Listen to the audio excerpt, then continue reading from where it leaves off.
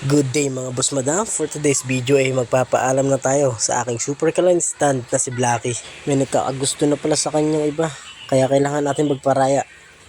Ilang linggo na rin pala kami magkasama nito, kasama ang aking super kaline stand na si Whitey.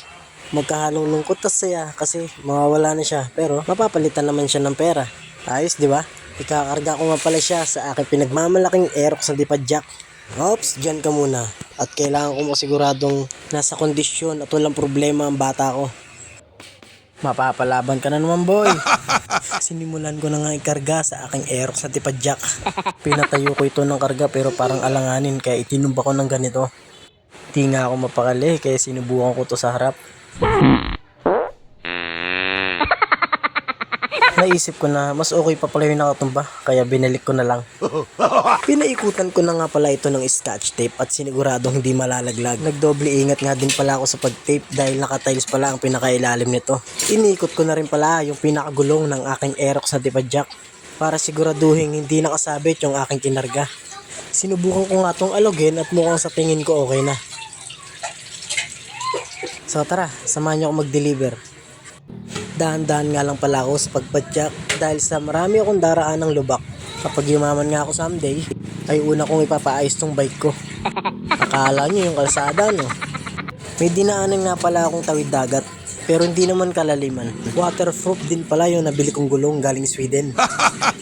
Ilang padjak na lang pala ay malapit na ako sa bahay ni ma'am. Dito lang pala nakatira si ma'am sa tapat ng bagong store na to. At paghinto ko nga ay hinanap ko agad si Ma'am Maricel. Sabi may binili lang daw. Kaya habang wala pa, ibinaba ko muna yung karga ko. Hindi nga pala ako nahirapan sa pagtanggal dahil yung pagkakalagay ko ng tape ay baliktad. Habang may ginagawa nga ako ay may biglang lumapit sa akin. At tinanong ni ate kung, "Kuya, kilala mo ba to? Ilang taon na kasing nawawala." Ang nasabi ko na lang, "Naku, hindi ako yan." Ito na pala ang una at huli nating pagkikita. Sana marami ka pang kasunod para may extra akong kita. Iniwan mo na kami ni Puti. Mapapalayo ka na sa amin. Oh, baka may nagkakagusto dyan kay Puti. Bilhin nyo na. At wala pa rin pala si Ma'am Maricel kaya nagantay pa rin ako ng ilang minuto. Huwag ka nang umasa. Hindi natatangos yan. At nagkita na nga kami ni Ma'am Maricel at dumukot na pala siya ng pera para ipambayad sa in-order niya sa akin. Oh, Pogi, ito yung bayad ko. Pasensya na sa pag-aantay, ha.